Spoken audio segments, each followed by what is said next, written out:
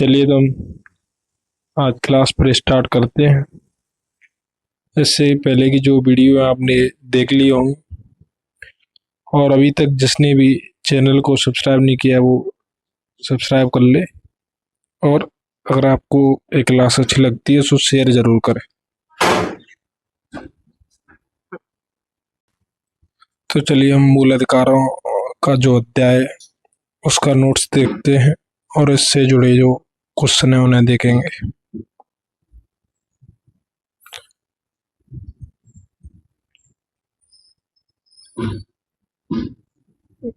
एक सेकेंड।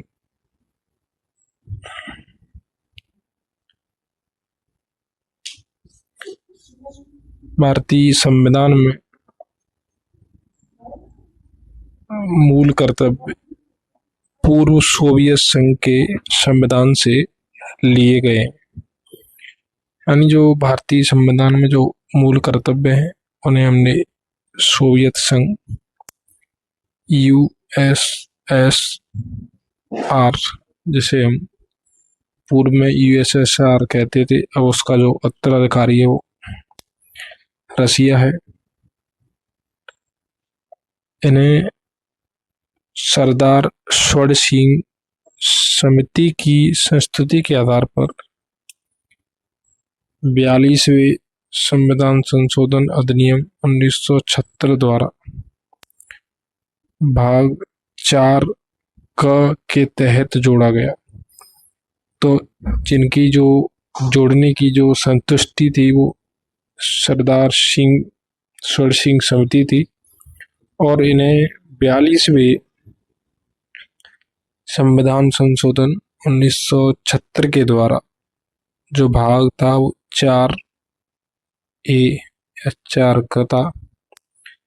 वर्तमान में भाग जो 4 का के अनुच्छेद 51 का, यानी जो भाग 4 का है, और जो अनुच्छेद है वो 51 का यानी 51A के तहत मौलिक कर्तव्यों की कुल संख्या वर्तमान में जो 11 है, लेकिन जब जोड़े गए थे तब 10 थी। यानी जबकि मूलतः इनकी जो संख्या थी वो 10 थी। 11वां मूल कर्तव्य 86वें संविधान संशोधन अधिनियम 2000 द्वारा जोड़ा गया था। यानी 2002 में 86वां संविधान संशोधन हुआ था, उसके माध्यम से हमने 11वां मूल कर्तव्य जोड़ा। मौलिक कर्तव्यों को प्रभावी बनाने के लिए वर्ष 1999 में JS वर्मा समिति का गठन किया गया था। तो प्रश्न वो पूछ सकता है कि JS जो वर्मा समिति थी उसका गठन कब किया गया, तो वो 1999 में किया गया था। और जो JS वर्मा समिति थी उसका जो संबंध था वो मौलिक कर्तव्यों से था। अनुच्छेद 51 का आए मूल कर्तव्य, तो ये कहता है कि भारत में कि प्रत्येक नागरिक का यह कर्तव्य होगा कि, तो इसमें आपको जो ध्यान रखना है वो है कि यह नागरिकों के लिए है, गैर नागरिकों के लिए नहीं। तो जो पहला कहता है कि संविधान का पालन करें और उसके आदर्शों, संस्थाओं, राष्ट्रध्वज और राष्ट्रगान का आदर करें। यानी संविधान का पालन करें और उसके आदर्शों, संस्थाओं, राष्ट्रध्वज और राष्ट्रगान का आदर करें। जो दूसरा है ख, वो कहता है कि स्वतंत्रता के लिए हमारे राष्ट्रीय आंदोलनों को प्रेरित करने वाली उच्च आदर्शों को हृदय में संजोए रखे और उनका पालन करें। स्वतंत्रता के लिए हमारे राष्ट्रीय आंदोलन को जो प्रेरित करने वाले जो उच्च आदर्श हैं उनको हृदय में रखे, संजोए रखे और उनका पालन करे। जो तीसरा है वह कि भारत की संप्रभुता, एकता और अखंडता की रक्षा करे और उसे अक्षुण्ण रखे। यानी भारत की जो संप्रभुता है, एकता और अखंडता की रक्षा करे और उसे अक्षुण्ण रखे। चौथा, देश की रक्षा करे और आह्वान किए जाने पर राष्ट्र की सेवा करे। जो अगला है वो कहता है कि भारत के सभी लोगों में समरसता और समान भ्रातृत्व की भावना का निर्माण करे, जो भाषा, धर्म और प्रदेश या वर्ग पर आधारित सभी भेदभाव से परे हो। ऐसी प्रथाओं का त्याग करे जो स्त्रियों के सम्मान के विरुद्ध हो। यानी भारत के सभी लोगों में समरसता और समान भ्रातृत्व की भावना का निर्माण करे, जो धर्म, भाषा और प्रदेश या वर्ग पर आधारित सभी भेदभाव से परे हों। ऐसी प्रथाओं का त्याग करे जो स्त्रियों के सम्मान के विरुद्ध है। अगला है हमारी सामाजिक संस्कृति की गौरवशाली परंपरा का महत्व समझे और उसका परिरक्षण करे। यानी हमारी सामाजिक संस्कृति की गौरवशाली परंपरा का महत्व समझे और उसका परिरक्षण करे। अगला, प्राकृतिक पर्यावरण की, जिसके अंतर्गत वन, झील, नदी और वन्य जीव हैं, उसकी रक्षा करे और उसका संवर्धन करे तथा प्राणी मात्र के प्रति दया भाव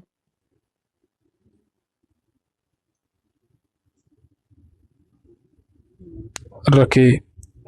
वैज्ञानिक दृष्टिकोण, मानववाद और ज्ञानार्जन तथा सुधार की भावना का विकास करे।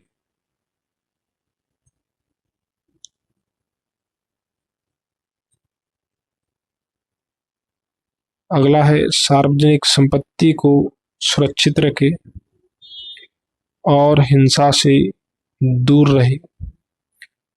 यानी सार्वजनिक जो संपत्ति है उसकी सुरक्षा करनी और हिंसा से दूर रहना है।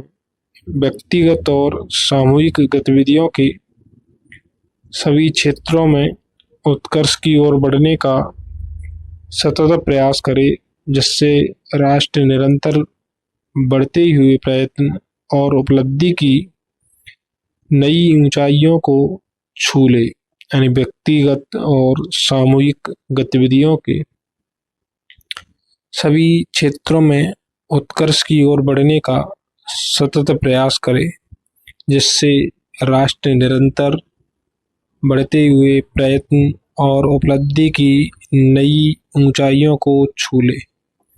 यदि माता पिता या संरक्षक है तो 6 वर्ष से 14 वर्ष तक की आयु वाले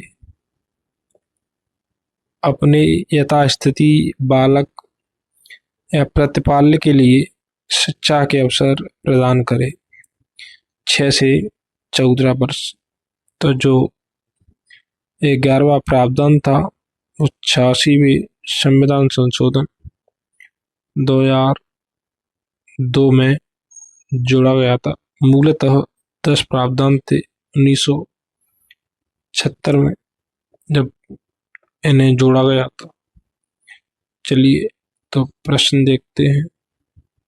और जो पहला प्रश्न है वो कहता है कि निम्नलिखित कथनों में से कौन से भारतीय नागरिक के मूल कर्तव्यों के विषय में सही है। तो जो पहला है कि इन कर्तव्यों को प्रवर्तित करने के लिए एक विधायी प्रक्रिया दी गई है, तो ये गलत है, क्योंकि ये अबाध योग्य है। दूसरा, ये विधिक कर्तव्यों के साथ परस्पर संबंधित है, तो यह भी गलत है। तो ऑप्शन डी, न तो एक और न ही दो। निम्नलिखित कथनों में से कौन सा या कौन से जो भारतीय नागरिक के मूल कर्तव्यों के विषय में सही है? पहला है, इन कर्तव्यों को प्रवर्तित करने के लिए एक विधायी प्रक्रिया दी गई है, तो ये गलत है। जो दूसरा भी गलत है, क्यों कहता है कि ये विधिक कर्तव्यों के साथ परस्पर संबंधित है। नीचे दिए गए कूट का प्रयोग कर सही उत्तर चुनिए। तो ऑप्शन डी, न तो एक और नहीं दो। चलिए व्याख्या देखते हैं। भारतीय संविधान के भाग 4 के तहत अनुच्छेद जो 51 का है, यानी भाग 4 अनुच्छेद 51 का के अंतर्गत मूल कर्तव्यों का प्रावधान है। स्वर्ण समिति की सिफारिश पर 42वें संविधान संशोधन जो 1976 में हुआ था, मूल कर्तव्यों को संविधान में जोड़ा गया। नागरिक इन कर्तव्यों का पालन करने के लिए नैतिक रूप से बाध्य हैं। हालांकि इन कर्तव्यों को प्रवर्तित करने के लिए कोई भी विधायी प्रक्रिया नहीं है। नीति निर्देशक सिद्धांतों की तरह ये भी न्यायोचित नहीं है, अर्थात इनके उल्लंघन पर या अनुपालन न होने पर कोई कानूनी कार्रवाई नहीं हो सकती। अतः कथन एक गलत है। इसके अलावा मूल कर्तव्य विधि के कर्तव्यों के साथ परस्पर संबंधित नहीं, अतः कथन 2 भी गलत है। इस प्रकार विकल्प डी सही उत्तर है। अगला जो प्रश्न है वो निम्नलिखित में से किसकी संस्तुति पर भारतीय संविधान में मूल कर्तव्यों को शामिल किया गया? तो हमने अभी देखा था ऑप्शन सी, स्वर्ण समिति की सिफारिश पर। जो अगला प्रश्न है वह के निम्न में से किसी कमेटी या आयोग की ने संविधान में मूल कर्तव्यों को सम्मिलित करने हेतु संस्तुति की थी? तो ऑप्शन ए, स्वर्ण कमेटी। इसके बाद जो अगला प्रश्न है वो है कि संविधान में मूल कर्तव्यों को जिसकी सिफारिश पर सम्मिलित किया गया था? ऑप्शन ए, स्वर्ण समिति। अगला प्रश्न है कि किस संशोधन द्वारा भारतीय संविधान में नागरिकों के मूल कर्तव्यों को शामिल किया गया? तो यह पहला ऑप्शन 42वां संविधान संशोधन 1976 के द्वारा। अगला जो प्रश्न है वो है कि भारत की प्रभुता, एकता और अखंडता की रक्षा करने और उसे अक्षुण्ण रखने के मूल कर्तव्यों को किस स्थान पर रखा गया है? तो यह तीसरा यानी डी, तीसरे नंबर पे भारत की प्रभुता, एकता और अखंडता की रक्षा करने और उसे अक्षुण्ण रखने के मूल कर्तव्यों को किस स्थान पर रखा गया है? तो ऑप्शन डी, तीसरे।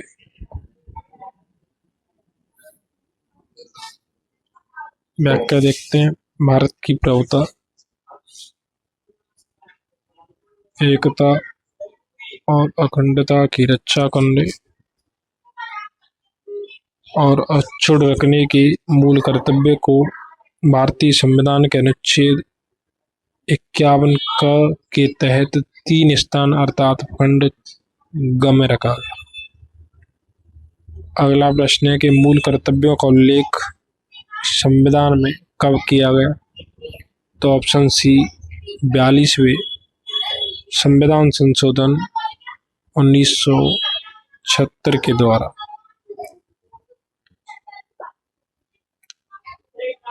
बयालीसवें संविधान संशोधन अधिनियम 1976 द्वारा जो 3/1/1977 से भारतीय नागरिकों के लिए भारतीय संविधान के भाग 4(4)(a) में अनुच्छेद 51 का या 51(a) में शामिल करके इसमें 10 मूल कर्तव्यों की व्यवस्था की गई। 86वें संविधान संशोधन अधिनियम 2002 द्वारा इसमें एक मौलिक कर्तव्य बढ़ा दिया गया जिसमें इनकी संख्या 11 हो गई।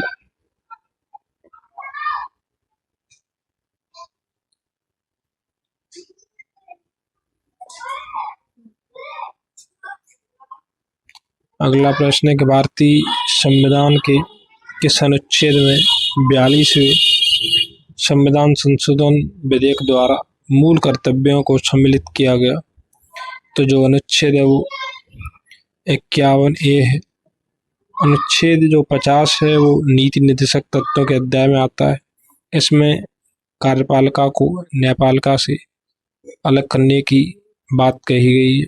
अनुच्छेद जो 52 है वो राष्ट्रपति से संबंधित है और वो कहता है कि भारत का एक राष्ट्रपति होगा। अनुच्छेद 53 राष्ट्रपति की जो कार्यपालिका शक्ति है उसके बारे में बताता है। तो अगला प्रश्न है कि संविधान में मूल कर्तव्यों को कब सम्मिलित किया गया? तो हमने देखा था ऑप्शन ए 1976 में 42वें संविधान संशोधन के द्वारा। अगला प्रश्न है कि संविधान में नागरिकों के मूल कर्तव्यों की व्यवस्था 42वें संविधान संशोधन के द्वारा किस वर्ष की गई थी? तो 1976 में जो 42वां संविधान संशोधन हुआ था। अगला प्रश्न है कि भारत के संविधान के किस भाग में मौलिक कर्तव्य उल्लिखित हैं? तो हमने देखा था भाग 4(a) या भाग 4 का। भाग 3 मौलिक अधिकारों से संबंधित है।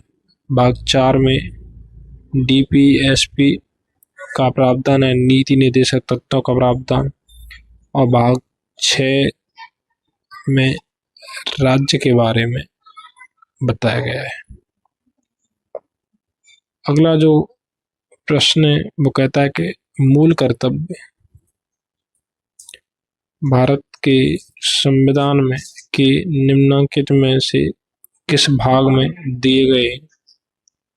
तो इसका जो ऑप्शन है वो डी भाग 4(a). भाग 3 मौलिक अधिकारों से संबंधित है।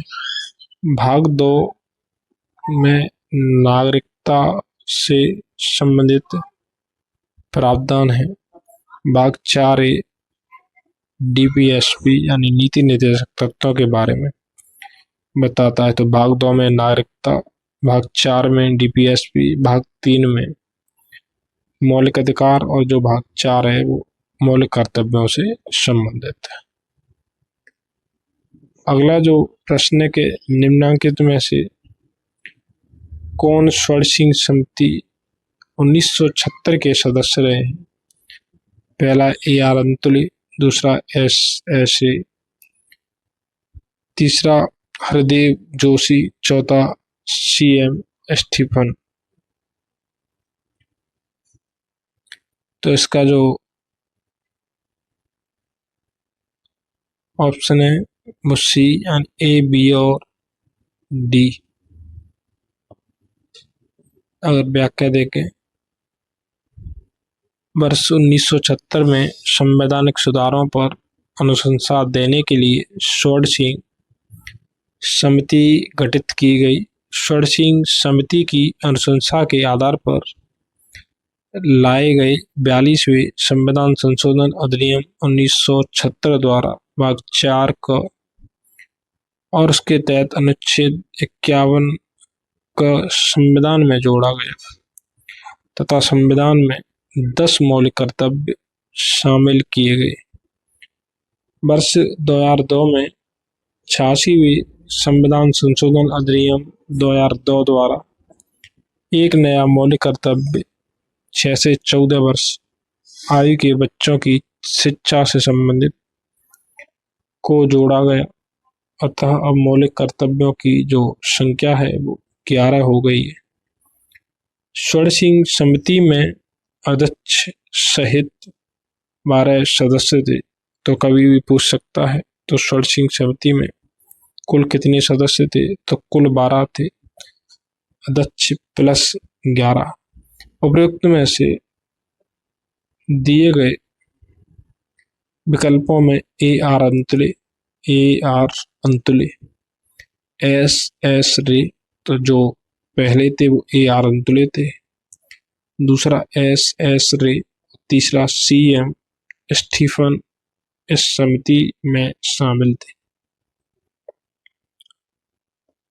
अगला जो प्रश्न है कि किस संविधान संशोधन द्वारा भारतीय नागरिकों के लिए 10 मूल कर्तव्य संविधान में जोड़े गए, तो यह 42वां संविधान संशोधन था।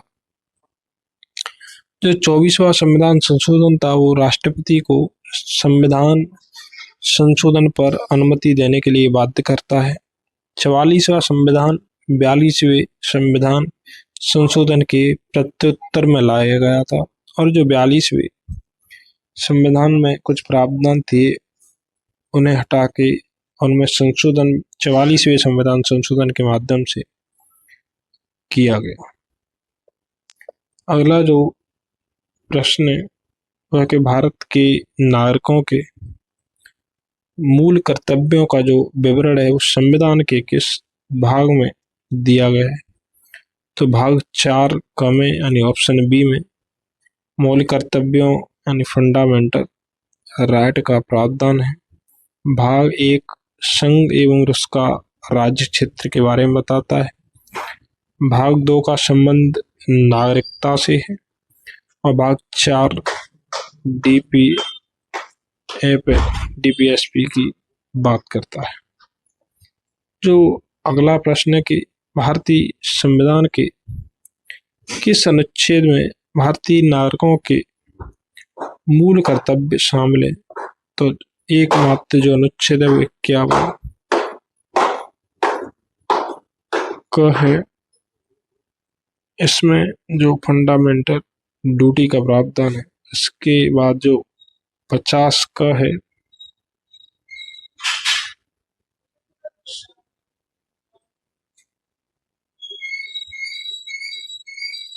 और जो 50 ख 51 ख सब गलत हैं। अगला जो प्रावधान है कि 42वें संविधान संशोधन के 10 जो आचार आदेशों को किस नाम से जाना जाता है, तो मौलिक कर्तव्य हैं जो 4A में है। जो मौलिक अधिकार हैं वो भाग 3 में है। पंचायती राज से संबंधित जो प्रावधान है भाग 9 में है और जो राज्य की नीति निर्देशक तत्व भाग 4 में है। अगला जो प्रश्न है कि निम्नलिखित में से कौन सा एक संवैधानिक संशोधन मौलिक कर्तव्यों से संबंधित है, तो 42वां संविधान संशोधन मौलिक कर्तव्यों से संबंधित है। 42वें संविधान के प्रत्युत्तर में ही 44वां संविधान संशोधन लाया गया था। अगला जो प्रश्न है कि भारत के संविधान में मौलिक कर्तव्य किस संविधान संशोधन के द्वारा जोड़ा गया था, तो ऑप्शन बी 42वां संविधान संशोधन 1976।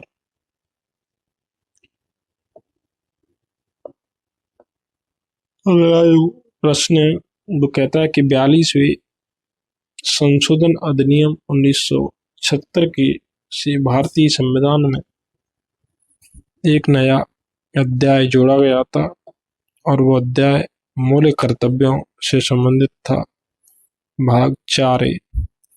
अंतर्राज्यीय जो परिषद है उसका जो वर्णन है वो अनुच्छेद 263 में। संघीय क्षेत्रों से संबंधित जो प्रावधान है वो भाग 8 में दिए गए हैं। तो ये गलत है। इस प्रकार जो मौलिक कर्तव्य है यह सही है। अगला जो प्रश्न है वो कहता है कि मौलिक कर्तव्यों से संबंधित निम्नलिखित में से कौन सा या कौन सी कथन सही नहीं है। तो पहले हम ये देखते हैं कि निम्न में से कौन सी कथन सही है। तो उन्हें परमादेश द्वारा प्रभावी बनाया जा सकता है। तो ये गलत है, क्योंकि जो परमादेश की रिट है वो अनुच्छेद 32 और 226 के तहत उच्चतम और उच्च न्यायालय को प्राप्त है।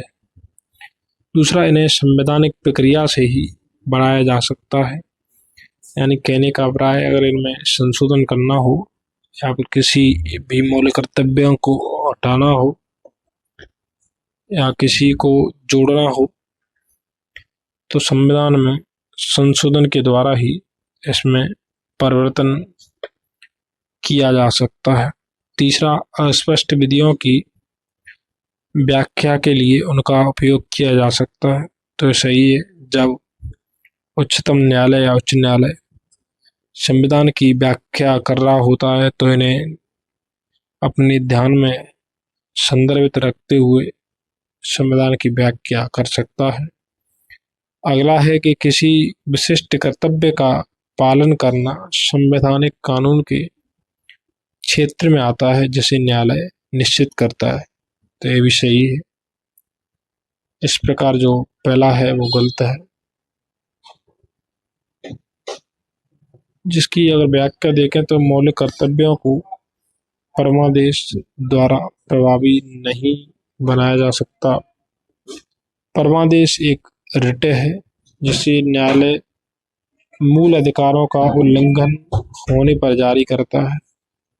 मौलिक कर्तव्य लोगों पर नैतिक जिम्मेदारी, कौन सी जिम्मेदारी? तो नैतिक जिम्मेदारी आरोपित करते हैं। प्रशासन इसके लिए जिम्मेदार नहीं हो सकता, जबकि रिटें प्रशासनिक अधिकारी के विरुद्ध जारी की जाती है। अगला जो प्रश्न है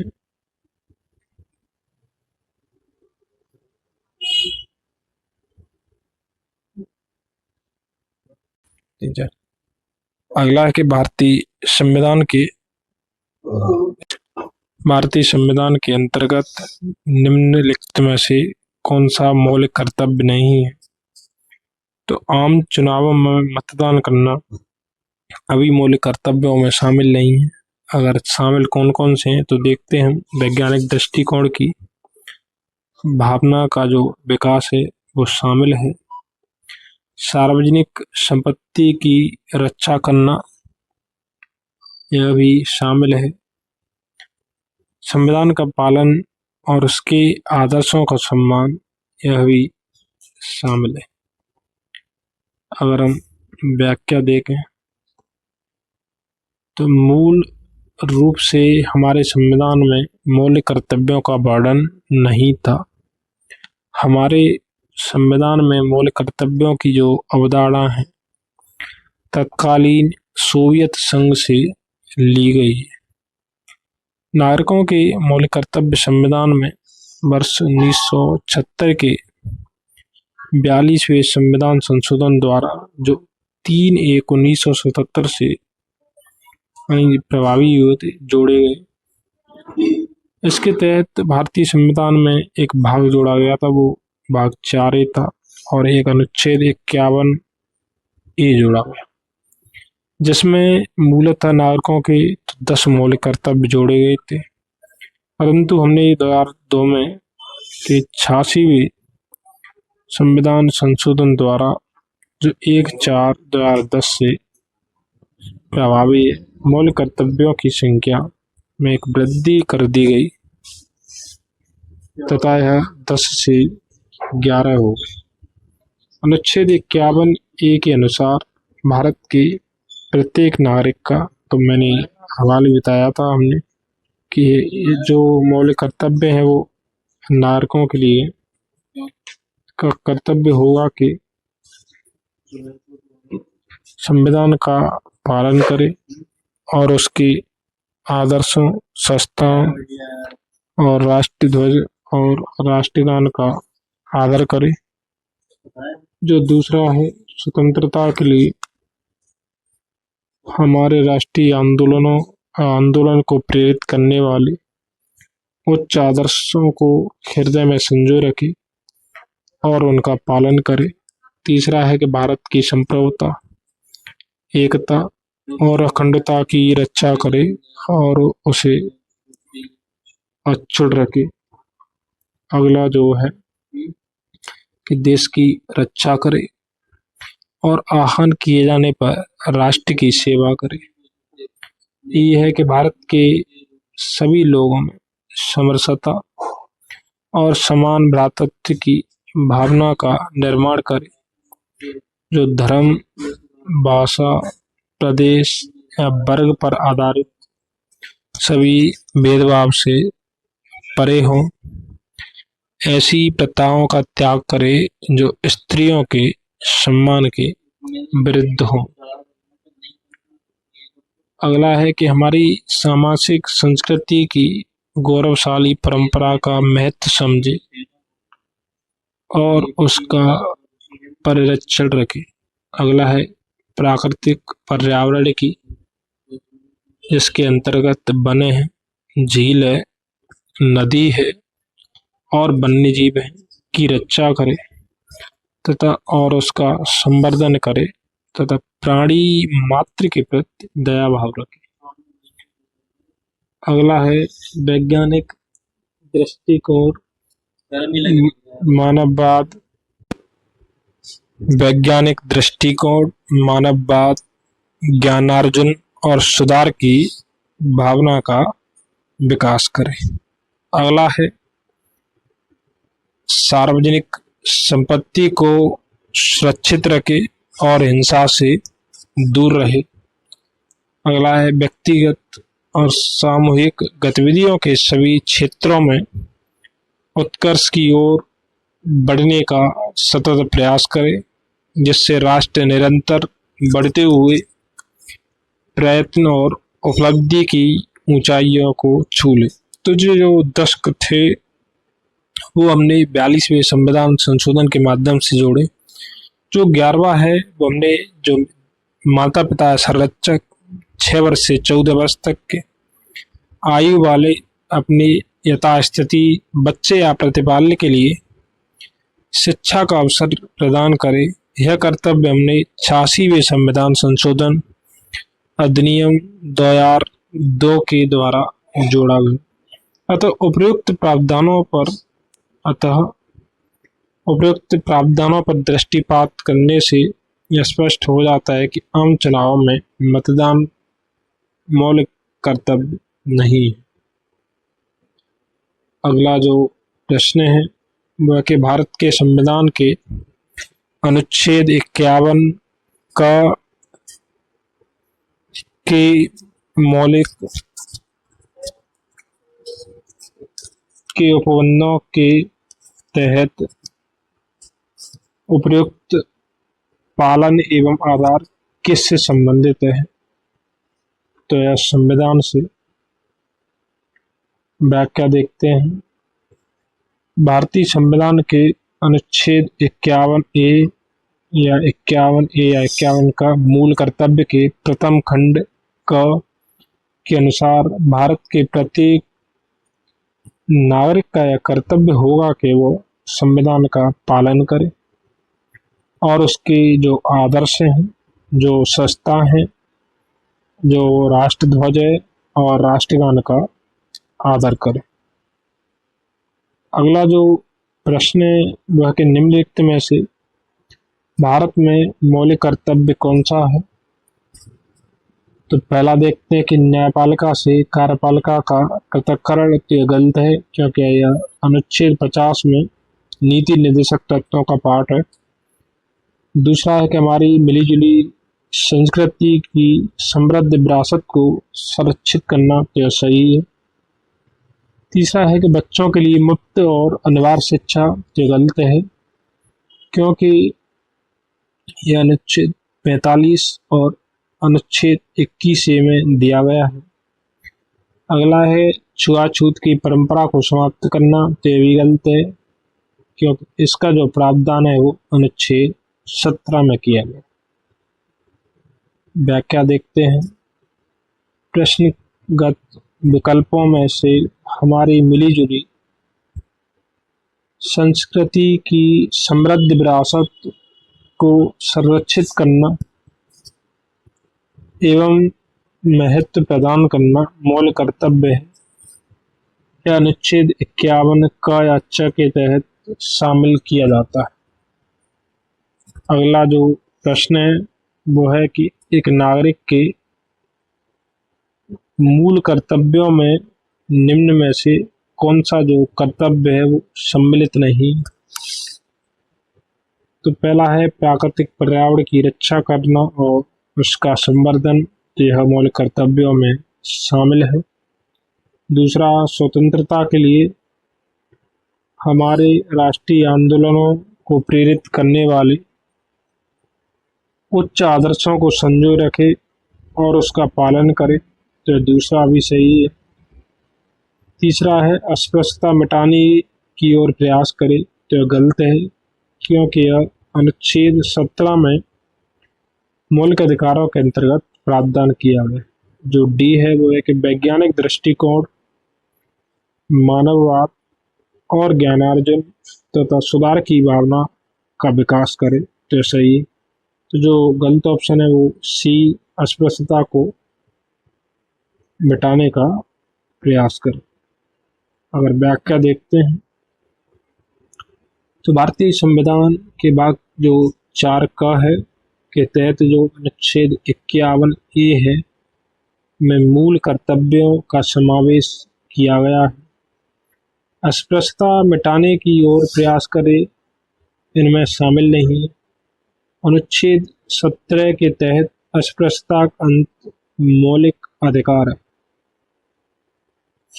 अगला प्रश्न है कि निम्नलिखित में से कौन भारतीय संविधान के अंतर्गत मौलिक कर्तव्यों में सम्मिलित नहीं है। तो पहला है देश की रक्षा करना और राष्ट्र की सेवा करना, तो सही है, क्योंकि मौलिक कर्तव्यों में शामिल है। दूसरा है हमारी सामाजिक संस्कृति की गौरवशाली परंपरा का महत्व समझना और उसका परिरक्षण करना, तो यह दोनों सही है। इसके बाद जो तीसरा है कि ग्राम पंचायतों के गठन में सहायता करना, तो गलत है, क्योंकि जो प्रावधान है वो अनुच्छेद 40 में डीपीएसपी के भाग में दिया गया है। अगला है कि सार्वजनिक संपत्ति को सुरक्षित रखना और हिंसा से दूर रहना, तो सही। तो जो गलत है वो ग्राम पंचायतों के गठन में सहायता करना, क्योंकि यह भाग 4 में डीपीएस के जो पार्ट है उसमें दिया गया। चलिए व्याख्या देखते हैं। ग्राम पंचायतों के गठन में सहायता करना भारतीय संविधान के अंतर्गत मूल कर्तव्य नहीं है। राज्य के नीति निर्देशक तत्वों के तहत अनुच्छेद 40 के अनुसार राज्य ग्राम पंचायतों का संगठन करने के लिए कदम उठाएगा, जबकि देश की रक्षा करना एवं राष्ट्र की सेवा करना अनुच्छेद 51 घ के तहत शामिल हमारी सामाजिक संस्कृति की गौरवशाली परंपरा का महत्व समझना और उसका परिरक्षण करना अनुच्छेद 51 के तहत तथा सार्वजनिक संपत्ति को सुरक्षित रखना और हिंसा से दूर रहना अनुच्छेद 51 के तहत मूल कर्तव्यों में शामिल है। अगला जो प्रश्न है वह कि भारतीय संविधान में निम्नलिखित में से किस कर्तव्य को मौलिक कर्तव्यों के रूप में निर्धारित किया गया है? तो पहला है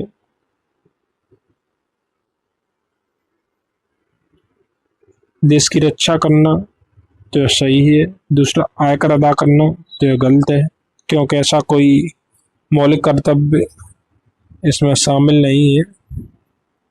तीसरा है कि हमारी सामाजिक संस्कृति की गौरवशाली परंपरा का परिरक्षण करे, तो सही है। चौथा है सार्वजनिक संपत्ति की सुरक्षा रखे, तो अभी सही है। तो पहला, तीसरा और चौथा सही है। तो जो ऑप्शन है वो डी सही, पहला, तीसरा और चौथा सही हो जाए। अगला जो प्रश्न है वह कि भारतीय संविधान द्वारा प्रदत्त नागरिकों के मूल कर्तव्यों में निम्न में से क्या है? तो पहला है मिश्रित संस्कृति की समृद्ध विरासत की रक्षा करना, तो यह सही है। दूसरा, सामाजिक अन्याय से कमजोर वर्गों की रक्षा, तो गलत है क्योंकि जो प्रावधान है वो अनुच्छेद 46 में हमें डीपीएसपी के अंतर्गत देखने को मिलता है। तीसरा है वैज्ञानिक मनोदशा और खोज की भावना का विकास करना, तो यह भी सही है। चौथा है व्यक्तिक और सामूहिक कार्यकलापों के सभी क्षेत्रों में उत्कृष्टता के लिए प्रयत्न। तो जो ऑप्शन है वो सी, पहला, तीसरा और चौथा सही है। चलिए व्याख्या देखते हैं। सामाजिक अन्याय से कमजोर वर्गों की रक्षा का प्रावधान मूल कर्तव्यों में नहीं शामिल है, जबकि प्रश्नगत अन्य तीनों प्रावधान मूल कर्तव्य, अतः उत्तर विकल्प सी होगा। चलिए अगला प्रश्न देखते हैं।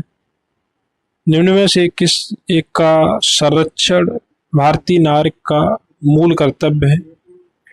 तो ग्राम पंचायत, यह गलत है क्योंकि अनुच्छेद 40 में यह नीति निर्देशक तत्वों के अंतर्गत शामिल किया गया। दूसरा, राष्ट्रीय ध्वज, तो ऐसा कोई एक प्रावधान नहीं दिया गया है। तीसरा, अनुसूचित जाति अनुसूचित जनजाति, तो अनुच्छेद 46 में दिया गया है डीपीएसपी के अंतर्गत। चौथा है वन्य प्राणी, इसका जो प्रावधान है वो हमें मूल कर्तव्यों में देखने को मिलता है। व्याख्या देखते हैं। संविधान के अनुच्छेद 51 जो क और छ वाला क्लोज है उसके तहत मूल कर्तव्यों में वन्य जीवों का संरक्षण शामिल है। ज्ञातव्य है कि इनमें राष्ट्रीय ध्वज का भी उल्लेख है, परंतु उसका आदर करने की बात कही गई है, न कि संरक्षण की। ग्राम पंचायत एवं अनुसूचित जनजाति का मूल कर्तव्यों में उल्लेख नहीं। अगला जो प्रश्न है कि भारत के प्रत्येक नागरिक का कर्तव्य होगा प्राकृतिक पर्यावरण का संरक्षण एवं सुधार शामिल है। तो अनुच्छेद जो 51 का है मूल कर्तव्यों में प्रावधान दिया गया है। अनुच्छेद 21 जो प्राण एवं दैहिक स्वतंत्रता की बात करता है। अनुच्छेद जो 48 है वो पर्यावरण संरक्षण की बात करता है। अनुच्छेद 56 राष्ट्रपति के कार्यकाल से संबंधित है। व्याख्या देखते हैं। भारत के प्रत्येक नागरिक का कर्तव्य होगा कि प्राकृतिक पर्यावरण का संरक्षण एवं सुधार यह संविधान में मौलिक कर्तव्यों में शामिल किया गया है, जिसका जो वर्णन है वो अनुच्छेद 51 क और 6 में किया गया है। उल्लेखनीय है कि राज्य की नीति के निर्देशक तत्वों के तहत अनुच्छेद 48A में यह वर्णित है कि राज्य देश के पर्यावरण के संरक्षण तथा संवर्धन का और वन तथा वन्य जीवों की रक्षा का प्रयास करेगा। अगला जो प्रश्न है वो कहता है कि निम्नलिखित में से कौन एक गलत है। 3 सही है, एक गलत है। चलिए देखते हैं। तो मौलिक कर्तव्य यानी मूल जो कर्तव्य है, मौलिक कर्तव्यों का हिस्सा है, तो ये गलत है, क्योंकि जो मूल कर्तव्य है वो भाग 4A में और जो मौलिक अधिकारों का जो प्रावधान है वो भाग 3 में किया गया है। दूसरा है कि मौलिक कर्तव्य मूल कर्तव्य मौलिक अधिकारों का भाग नहीं है, तो सही है। तीसरा है भारतीय संविधान के भाग 4 में मौलिक कर्तव्य गिनाए गए हैं, तो 4 में ये सही है।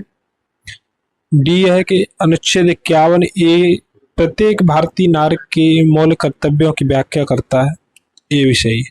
तो जो गलत है वो पहला ही गलत है कि मूल कर्तव्य मौलिक अधिकारों का हिस्सा है, ऐसा नहीं है। चलिए व्याख्या देखते हैं। तो 42वां जो संविधान संशोधन 1976 में हुआ था के द्वारा भारतीय संविधान में एक नया भाग 4A यानी अनुच्छेद 51A जोड़कर मूल कर्तव्यों को समायोजित किया गया था।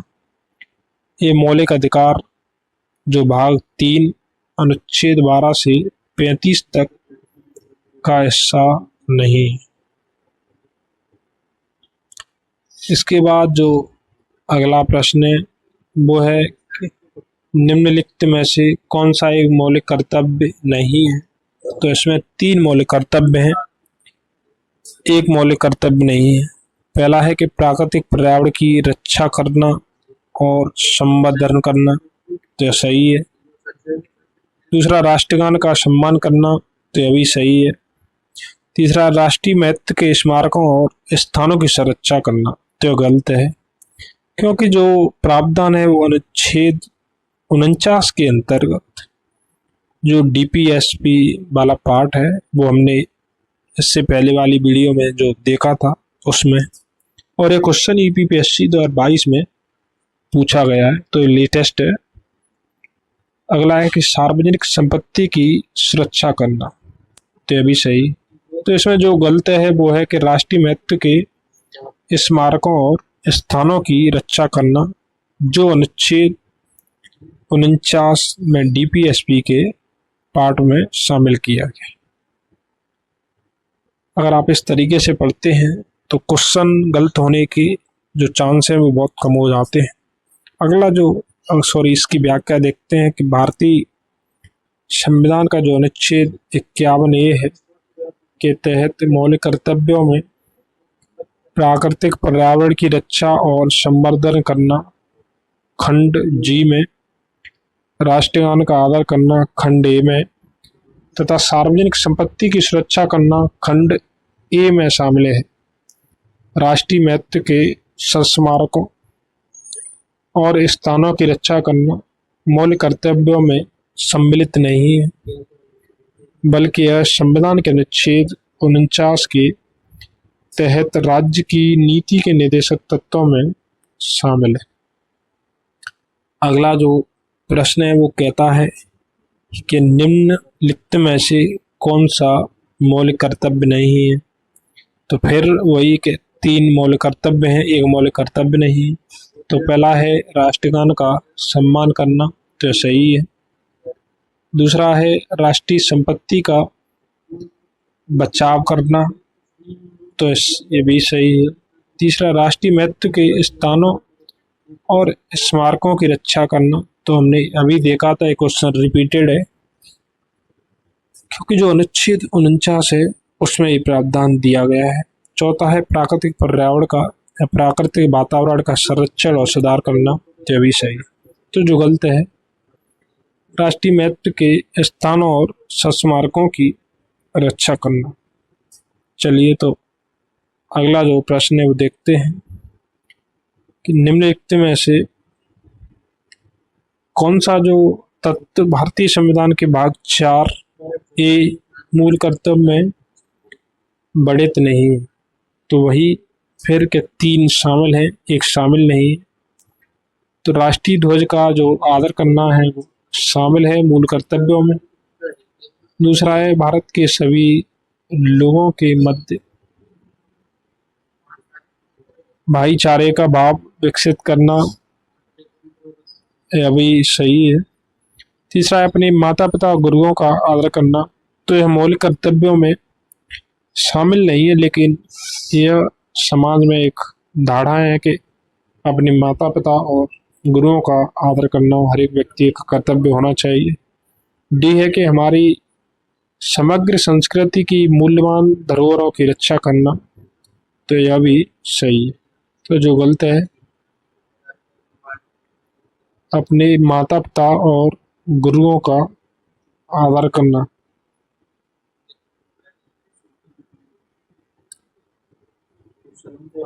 भारतीय संविधान के भाग 4 का मूल कर्तव्य में 11 मूल कर्तव्यों का उल्लेख है। इसमें अपने माता पिता और गुरुओं का आदर करने का उल्लेख नहीं है। अगला जो प्रश्न है वो भारतीय संविधान के अंतर्गत निम्नलिखित में से कौन सा मूल कर्तव्य नहीं है। वही के 3 मूल कर्तव्य हैं, एक नहीं है। तो पहला है लोक चुनावों में मतदान करना। तो ऐसा कोई प्रावधान मूल कर्तव्यों में नहीं है, तो पहला ही गलत है। अब हम आगे के देखते हैं कि वैज्ञानिक प्रवृत्ति का विकास करना। तो यह सही है। सार्वजनिक संपत्ति की सुरक्षा करना, तो भी सही है। डी है कि संविधान के प्रति निष्ठावान रहना और उसके आदर्शों का सम्मान करना, तो अभी सही है। तो जो गलत है वो लोक चुनावों में मतदान करना अभी मूल कर्तव्यों का हिस्सा नहीं है। अगला जो प्रश्न है वो व्याख्या लोक चुनावों में मतदान करना भारतीय संविधान के मूल कर्तव्यों का भाग या नहीं है।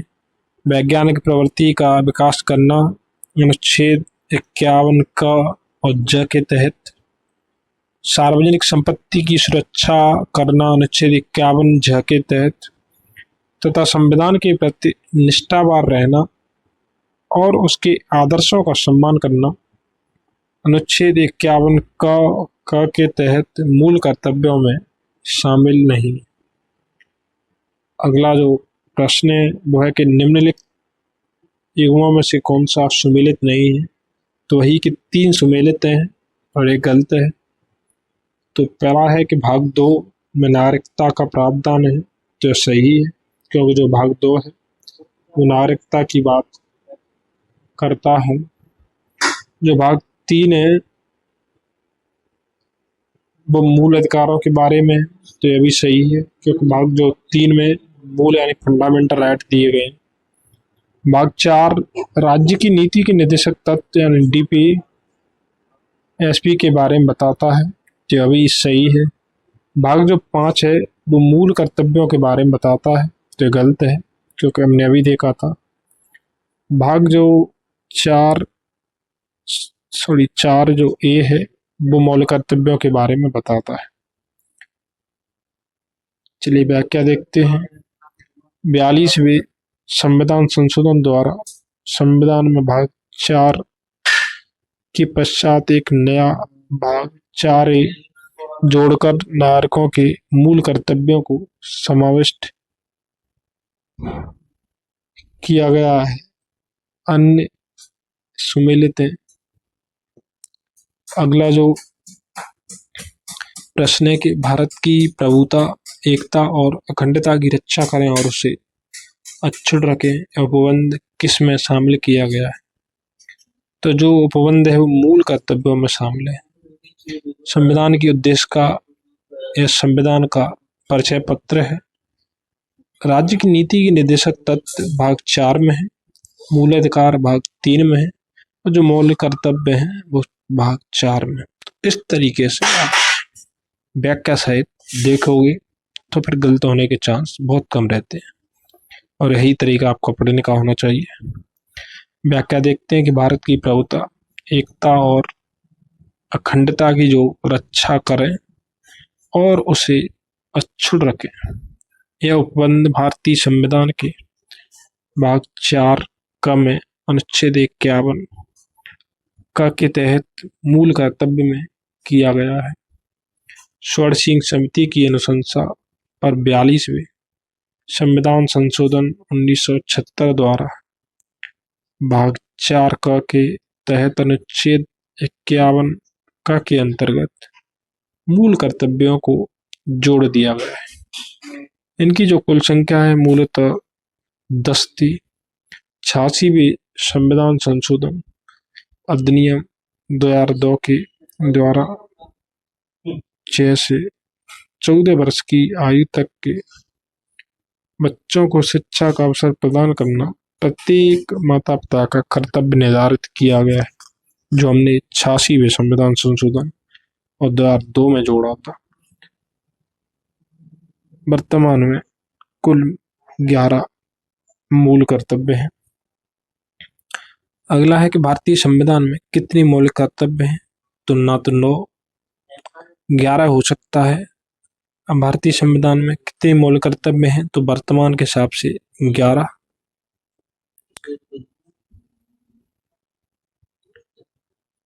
अगला जो प्रश्न है उसमें सही जोड़ी मिलानी है।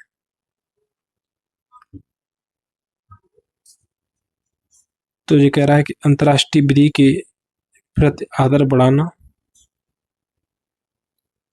प्राणियों के प्रति दया भाव रखना, ज्ञानार्जन और सुधार की भावना के विकास करना, राज्य की लोक सेवाओं में न्यायपालिका को कार्यपालिका से पृथक करना। तो पहले हम ये देखते हैं कि हमें पता है कि अनुच्छेद 50 के अंतर्गत इसे दिया गया है। तो डी का जो तीसरा है वो एक ही ऑप्शन है। इस तरीके से हम सोल्व कर लेंगे। अब चलिए इसका सही सुमेलन देख लेते हैं। तो अंतर्राष्ट्रीय विधि के प्रति जो आदर बढ़ाना है वो अनुच्छेद 51 ग या 3 में दिया गया है। प्राणियों के प्रति दया भाव रखना अनुच्छेद 51 क और 6 में दिया गया है। ज्ञानार्जन और सुधार की भावना का विकास अनुच्छेद 51 ज में दिया गया है। अगला है कि राज्य की लोक सेवाओं में न्यायपालिका को कार्यपालिका से पृथक करना अनुच्छेद 50 के तहत डीपीएसपी में शामिल है। चलिए अगला, अब जो चैप्टर है वो समाप्त हो गया। इसके बाद आता है राष्ट्रपति से संबंधित। तो इसे हम जो राष्ट्रपति वाला चैप्टर है उसे हम अगली वीडियो में देखेंगे, लेकिन एक बार मैं आपको ये बता देता हूँ कि मूल कर्तव्य है वो आप नहीं भूलें। तो कैसे तरीके से आप याद रखेंगे, तो एक ट्रिक है, अगर आपको अच्छी लगे तो आप जरूर उसे समझिएगा। एक सेकंड, हम फिर पहुंच जाते हैं मूल कर्तव्यों पर। तो जो 11 मूल कर्तव्य हैं उसे हम ऐसे याद कर सकते हैं। पहले हम इसे हटा देते हैं।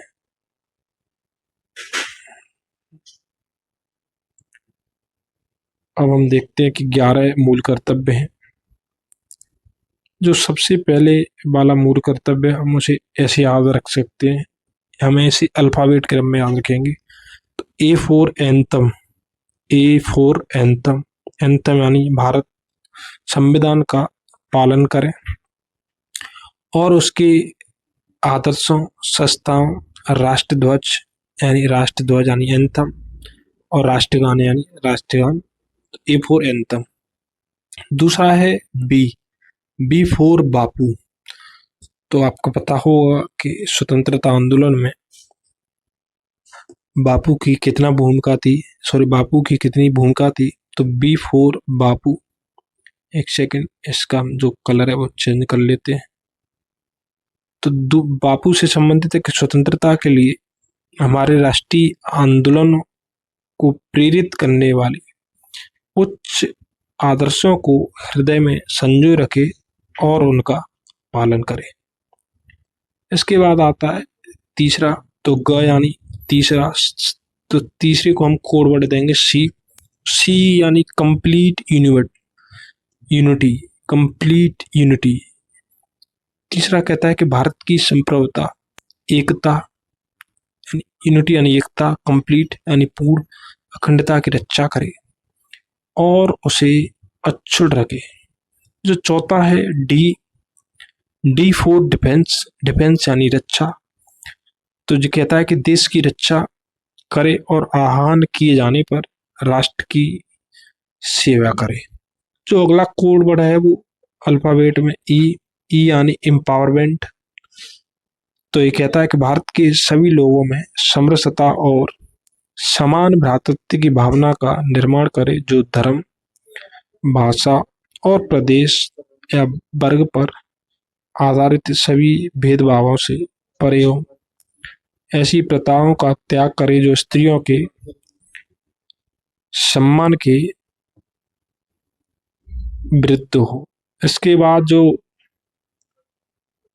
अगला है वो ई के बाद ऐप आता है, और ऐप का जो कोड वर्ड है वो फैंसी कल्चर यानी कल्चर यानी संस्कृति, फैंसी। तो हमारी सामाजिक संस्कृति की गौरवशाली परंपरा का महत्व समझे और उसका परिरक्षण रखे। ऐप के बाद ई एफ जी, तो फिर जी यानी ग्रीन, जी यानी ग्रीन। तो इसका अर्थ है प्राकृतिक पर्यावरण की, इसके अंतर्गत वन, झील, नदी और वन्य जीव और है कि रक्षा करे और उसका संवर्धन करे तथा प्राणी मात्र के प्रति दया भाव रखे। उसके बाद एच, एच के बाद आता है, तो एच से हमने ह्यूमनिटी यानी मानवता से संबंधित बनाया। तो वैज्ञानिक दृष्टिकोण, मानववाद और ज्ञानार्जन तथा सुधार की भावना का विकास करे। एच के बाद जो आता है कि आई, तो आई यानी इंडियन जो प्रॉपर्टी है, आई यानी इंडियन प्रॉपर्टी। तो इसका मतलब सार्वजनिक संपत्ति को सुरक्षित रखे और हिंसा से दूर रहे। आई के बाद जो अगला आता है वो जे, तो जे यानी जॉइंट एक्टिविटी। तो व्यक्तिगत और सामूहिक गतिविधि यानी जॉइंट यानी सामूहिक, एक्टिविटी यानी गतिविधियां के सभी क्षेत्रों में उत्कर्ष की ओर बढ़ने का सतत प्रयास करे, जिससे राष्ट्र निरंतर बढ़ते हुए प्रयत्न और उपलब्धि की नई ऊंचाइयों को छू ले। उसके बाद जो लास्ट है उसका जो अल्फाबेट है वो के है, जो 11वां है, की यानी किड्स एजुकेशन। तो यह कहता है कि यदि माता पिता का संरक्षक यानी यदि माता पिता या संरक्षक है तो 6 से 14 वर्ष तक की आयु वाले अपने यथास्थिति बालक या प्रतिभागी के लिए शिक्षा के अवसर प्रदान करें। तो इस तरह हम इनको 11 कोड वर्ड के माध्यम से याद रख सकते हैं। अगर आपको थोड़ा सा भी याद होगा तो पूरा फिर आ जाएगा, लेकिन इनमें भी आसानी होगी बोलने में भी और या किसी को बताने में भी आसानी। तो एक बार मेरे साथ आप दोबारा से बोलें, ए यानी ए फॉर एंथम, एंथम यानी राष्ट्रीय स्वतंत्रता से संबंधित। बी फॉर बापू, बापू यानी स्वतंत्रता से संबंधित। जो ए फॉर एंथम है वो राष्ट्रीय ध्वज और राष्ट्रगान से संबंधित। सी फॉर कंप्लीट यूनिटी यानी एकता। डी फॉर डिफेंस यानी देश की रक्षा करना। ई यानी एम्पावरमेंट यानी सम्मान इत्यादि, समरसता। ई के बाद आता है एफ, एफ यानी फैंसी कल्चर, और फैंसी कल्चर का जो संबंध है वो है सामाजिक संस्कृति। एफ जी, जी के बाद ग्रीन, तो ग्रीन में दिया गया है वन, नदी, पर्यावरण इत्यादि की जो संरक्षण है। जी के बाद जो एच है एच का जो कोड वर्ड है हमने वो देखा था कि ह्यूमैनिटी, तो मानवता से संबंधित जो प्रावधान है वो एच के अंतर्गत दिए गए हैं, एच यानी 8। इसी तरह एच यानी, इसके बाद आता है 9 आई। तो आई में हमने इंडियन प्रॉपर्टी, तो जो भारत की जो संपत्ति है सार्वजनिक, उसकी हमें रक्षा करनी है, संरक्षण करना है। आई के बाद आता है जे। जे का जो कोड वर्ड था वो है जॉइंट एक्टिविटी। जॉइंट एक्टिविटी में सामूहिक जो गतिविधियां हैं उनका जो संबंध है वो 10वें नंबर पर दिया गया। और जो उसके बाद जो लास्ट है वो है किड्स एजुकेशन। के यानी किड्स एजुकेशन, तो किड्स एजुकेशन यानी जो बच्चे हैं 0 से या 6 से 14 वर्ष तक की जो उम्र के बच्चे हैं, उन्हें जो उनका जो संरक्षक या जो माता पिता है उनकी शिक्षा से संबंधित प्रावधान करने की जिम्मेदारी उन्हीं लोगों की है। तो इस तरह आप इन्हें कभी नहीं भूलेंगे। एक बार और आप लिख लीजिए, A for anthem, B for Bapu, C for complete unity, D for defence, E for empowerment, G E F for यानी fancy culture, G for green, H for humanity, I for Indian property, J for joint activity और K for kids education. तो इस तरह अब ये complete हो गया। और अब आपसे एक भी प्रश्न मौलिक कर्तव्यों में से गलत नहीं होगा और आपको इस कोडवर्ड से पूरी अच्छी तरीके से ध्यान रहेगा। तो धन्यवाद दोस्तों। अंत में अगर आपको ये क्लास अच्छी लगती है तो आप इसे जरूर शेयर करें दोस्तों को, और अगर अभी तक जिसने भी चैनल को सब्सक्राइब नहीं किया है वो सब्सक्राइब जरूर करें। और हम इसमें क्या सुधार कर सकते हैं पढ़ाने के तरीके में, आप कमेंट के माध्यम से हमें बता सकते हैं। वैसे मैं पूरी कोशिश करता हूँ कि अगर किसी चीज़ को पढ़ाया जाए तो 100% उसमें मेहनत करिए, तो उसका परिणाम अपने आप आता है। तो धन्यवाद।